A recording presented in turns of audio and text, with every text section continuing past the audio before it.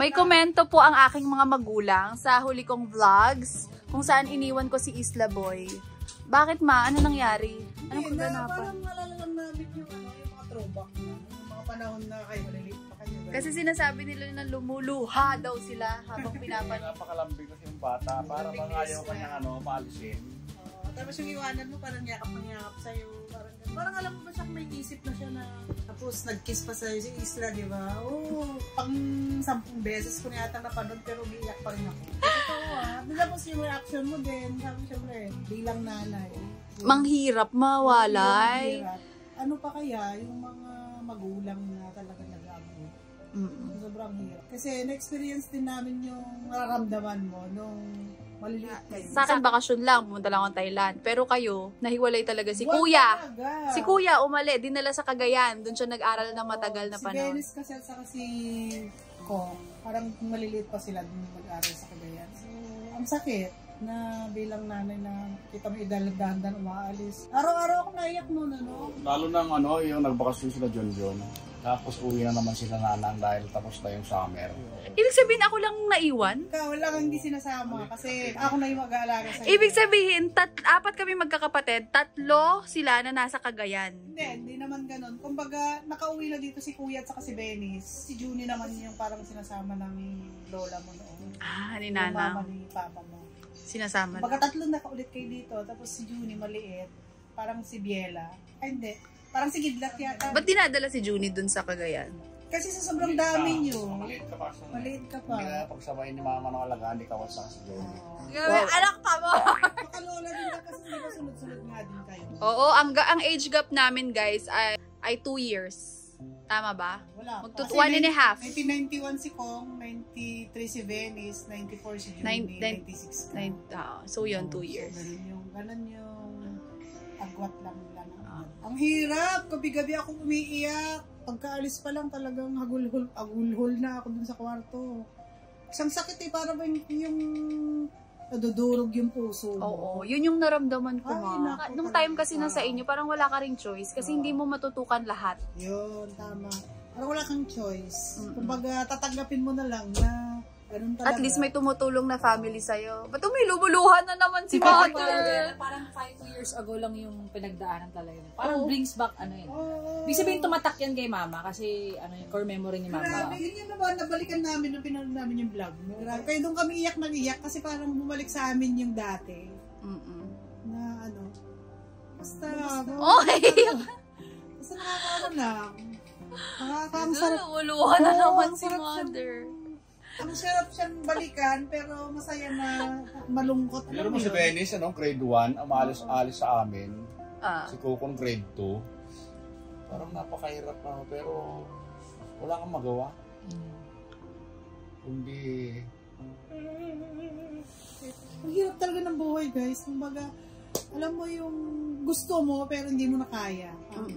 So, thankful kami kasi may nanay, si Tito Balnon na nag-alaga talaga. Lola. So, napakahalaga talaga ang mga lola. Yes. Mga grandparents kung buhay pa sila. Mahalin nyo sila kasi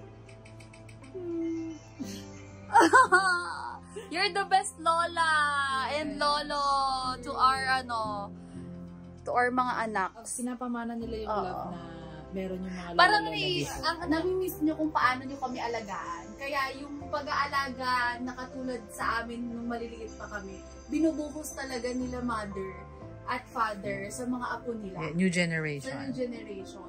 Kaya talagang pag makita mo tuwing umaga, si mama at si papa, kukunin si Isla. Tapos kunin na yan, pagkagising ni Isla, kakatok yan sa kwarto. Dalhin na, papaarawan nila, ganyan. saka hindi lang din naman si Isla, lahat sila. Lahat. Talagang alam mo tuwing nagre-reminisce kami ng mga nakakatawa at saka nakakaiyak. Pag nakakatawa, grabe tawa natin, mother. Pag umiiyak talagang lumuluha tayo. Kaya ngayon ko lang, pag lola ka na pala, parang mapipil mo talaga kung gaano kami kaswerte din sa mga nanay namin, mga nag-alaga. Kasi siya talaga tumulong din sa amin nung mga panahon na maliliit kayo eh. Siya nag-aalaga, siya nagluluto sa amin. Grabe yung tiyaga ni Nanang noon talaga. Ngayon ko lang talaga sobrang... Kasi, pero doon may kasambahay na, late na kami nagkaroon ng nani nun eh, diba? So, ang pinakatumutulong talaga sa inyo nun si Nanang. Nana! Tsaka iba ang alaga ng kamag-anak. Iba siya mag-alaga. Sobra yung pagmamahal niya sa mga anak namin talaga. Naramdam namin na, alam mo kahit umuwi siya ng Cagayan, nagmamadali siyang bumalik sa Cavite kasi nga, kayo yung iniisip niya, yung mga apo, saka si Papa. Ito si Nanang, kamukhang kamukha siya ni Papa. Yan. Diyan ang galing ang Velasquez face. Ayun. Ito na siya. Kaya nga yung mga sila, Tito Marvin, medyo nagsiselos din siguro kay Papa mo noon. Kasi mas favorite yung parang feeling nila mas favorite. Pero alam mo kasi pag nanay ka, talagang meron yung anak talaga na feeling mo mas nangangailangan sa'yo eh. Kaya parang doon ka pumupunta. Alam mo, totoo yun. Kahit nanay na ako, I still need a mom. Kahit na, ano ba yung maiiyak? Na-realize ko lang yun. Kasi iba talaga yung meron ng magulang. Na alam mo yun, magulang ka na eh. Magulang ka na, may alaga ka. Pero kailangan mo pa rin ng someone na kalinga ng isang nanay. Kaya talagang pag inaalagaan ako ni mama, pinapo niya, nung nanganak ako, pinapakain niya ako. Dadala ngayon, dadala sila ng mga fruits, ng mga pagkain. Alam mo yun, nararamdaman mo pa rin talagang nanay mo siya kahit nanay ka na. Which is yun talaga yung pinakailangan mo. I'm a mom, but I still need a mom. Yeah. Yun. Talaga naman kasing kahit sabihin mo pang may pamilya ka na, iba pa rin talaga yung may nanay ka din na nalalapitan. You're the best mom ever! And you're the best dad. Nung mga panahon na meron naman tayo kasi noon, talagang hindi kami papayag na makahiwalay kayo, Kasi nga, siyempre, nag-abroad ako, si mama may mga katulong kayo noon. Nag-aalaga sa inyo, kaya noong mawalan tayo ng kasi ang buhay talaga, minsan nasa ibabaw, minsan nasa taas. Nung nawalan kami, yun na, doon na nagkadurog-durog ang buhay. Doon na nagdurusa. Ang term namin pag naghihirap, nagdurusa. Sobrang swerte nyo ngayon kasi talaga ang buhay nyo ngayon, ang ganda. Nagkaroon kayo ng mga pamilya na mayroon kayo. Compare ng mga panahon namin na talagang sobrang hindi, nagkaroon din naman tayo, Kasi, pero talagang pinapanalangin ko na wag sana kayo magkakaroon ng mababago yung buhay nyo. Maging maayos palagi. Stable lang. Maging maayos. Stable lang lagi. Lagi namin pinagpipray ni mama pag nagsisimba kami kasi nakakatakot yung mawalan kayo. Lalo ako siguro. Hindi ko alam ang gagawin. Parang mababaliw ka, Pero pag pag magulang ka na, parang kaya mong gawin kahit ano. Kasi nung time na yon, nung sinasabi nila na naghihirap kami, hindi naman namin naramdaman. Kahit nung nag-college ako, hindi ko na feel na parang wala kami. Kasi bilang ikaw, magulang ka, hindi mo yun ipaparamdam sa anak mo. Ate, as in mother, kahit sinasabi nila na nagdurusa tayo, hindi ko talaga na-feel. Grabe yung lahat talagang. Kasi nakakalabas pa tayo every Sunday. Nakakakain pa tayo sa Chowking. Yes. Oo, nakakapagsimba. Yun yung alam nyo, nilalabas namin kayo kumakain tayo sa Chowking pero di nyo alam na kinabukasan kung namin iisipin yung susunod na mga baon nyo. Parang sabihin kung ang magulang kaya nilang sa kanila lang hindi nila ipaparamdam sa mga anak nila na may problema tayo. Hindi namin makakain, basta kayo lang makakain lang kayo. Grabe, sobrang selfless talaga. Parents, unconditional love talaga. Kaya yun, sobrang saya din namin na siyempre nakikita namin kayo. Alam, pinaka-favorite kong values na yung pagbuklod-buklo rin tayo. Oo. Hanggang naipasa sa mga apo. Mga apo. Na magsama-sama kayo! Hanggat kayang pagbuklo rin yung apat na yan, pagbubuklo rin tayo. Magsama-sama kayo, hindi kayo pwede mag-iwahiwalay. Sinisiguro namin talaga guys, pag nandito kami sa compound, pumupunta kami dito. Para lang makasama namin yung apat naming apo. Sinisiguro namin talaga na may time kami sa kanila. Lalaruin namin sila, magkakasama silang nilalaro namin. Kaya saya din. Sobrang saya na magiging isang lola at lolo. Yes. Saya. Kung meron pa kayong mahihiling mother, ano pa? Good health lang para sa mga cliché, apo. Pero yun ang pinaka-importante. Yun yung lagi namin pinagdadasal. Siyempre, gusto namin tuloy-tuloy yung stable ang buhay nyo, yung mga gano'n. Walang hinihiling ang mga magulang kundi magandang buhay para sa mga anak nila. Sana hindi bumalik yung mga ganong buhay, yung ups and down na puro yung nasa down ka kasi malabong mangyari pero kung meron man kayong isang kapatid gets ko na. Oo. Kung sino man sa amin. Hindi siya maghihirap kasi hindi niyo siya mababayaan. Feeling ko ako yun. Joy, mas marami ka mong pera sa akin. Akala nyo ganyan lang si Ate Benis. Ang pakaraming pera niyan. Si Benis ang isa sa mga tutulong. Kumbaga nasa 3 vloggers kung sino yung magduros. Ibig sabihin lang ni Papa, kung dumating sa point ang isa sa aming magkakapatid ay maghirap sa buhay, hindi siya pababayaan. Noong 3. Oo. Kung Katulad sino man ng doon. ginawa ni Kong TV sa atin, talagang hindi niya tayo pinabayaan. Yun, ang ganun. Ibig ko sabihin ko. Parang kami nag-predict ka na eh. Baka ako yan ah.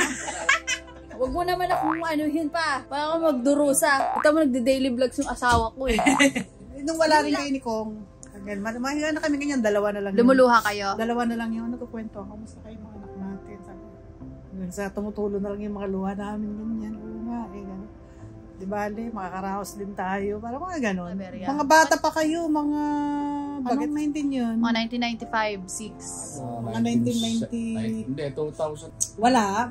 Bata pa sila pa. Mga 19 ano pa, mga 1999, 97, mga ganun siguro. Alam mo, Basta grade school kayo. umiiyak talaga. Nalalaki yan. Grade 2 ako na. Para bang sobrang mahina pa kahirap. Hirap. Yung parang wala kang magawa talaga. As in, wala kang magawa. Kaya may luha na naman bumabagsak kay mother. Army na. Kahit siguro pa ulit-ulit namin ikukwento yun, parang bang alam mo, may iiyak ka pa rin. Kasi siyempre, lalo ngayon, siyempre, sobrang thankful mo kasi nakikita namin na maayos kang buhay nyo, magkakasama kayo. Parang gano'n. Kasama tayo. At tayo pa na magkakasama tayo kasi nandito na rin kami paminsan-minsan. Yun Wala lang! naman, Sarap lang mag-reminisce ngayon. Kasi naiyak lang sila mother sa last vlog ko kung saan umalis kami galing Thailand. So, yun lang. Oh, ito talaga yung pinaka napansin ng mga viewers eh. Alin? Yung BTS. They coming back Come one by back. one. Yes! See you on 2025! My babies, our babies. Ayun. O sige nga, anong alam Paano mong kanta ng paano ko? BTS? Ano ba mga kanta niya? Siyempre yung Dynamite. Oh, kantahin mo nga. Ano siya? Every night. Tama ba? Every night. Every night. Bali. Every night. Mali ba? Staying alive naman yung Para staying alive. Parang ganun yung tono. Huwag nyo nang ano yan. Basta parang ganun yung tono. Kaya pagpunta nila, manonood talaga. Kaya, Yes. Wow, true ba, mother? oh, ililibre nila ako. Sino yung mga favorite mo na? Sinong bias mo? Sinong bias mo dyan? Alin? Alin? Alin? Sinong bias mo? Sino ba dito? Sinong bias mo? Siyempre, si Jungkook. Ayan. Wow. Nasaan si Jungkook? Turo mo nga. Ay! Ay, tama! Sino bias striker mo? Si Rap Monster. Ha? Sina? Sino? Rock Monster. Ano? Sino bias striker mo? Sino bias striker mo? Tinuturuan pa. Si Rap Monster. Wow! Diba? Nasaan si Rap Monster? Alam si Rap Monster. Turo mo. Saan ba siya? Ito. Hindi. Ito? Hindi. Diba? Nanguhula lang. Hindi, ito. Naglalaroan ako. Sino bias striker mo? Striker mo ma? Si Marlon Velasquez. Wow! Stay alive! Stay alive!